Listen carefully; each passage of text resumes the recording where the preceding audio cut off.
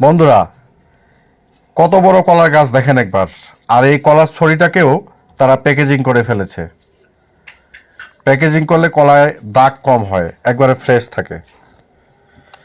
এটা হলো আখ। এই আখগুলো অনেক বেশি মিষ্টি এবং রসালো হয়ে থাকে। এই আখের চামড়াটা কালো। আর এগুলো হলো সিডলেস লিচি। এই লিচির ভিতরে কোনো প্রকার বীজ নেই। এটি খেতেও অনেক সুস্বাদু। আর এগুলো হলো কিউই ফল। কিউই ফলে অনেক পুষ্টিগুণ থাকে। এই হলো কিউই ফল। চলেন এবার দেখি পাইন নাট। এই দেখেন, এগুলো হলো পাইন নাট,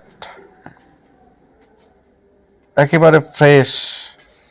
সবাই ভালো থাকবেন, সুস্থ থাকবেন। আল্লাহ হাফেজ।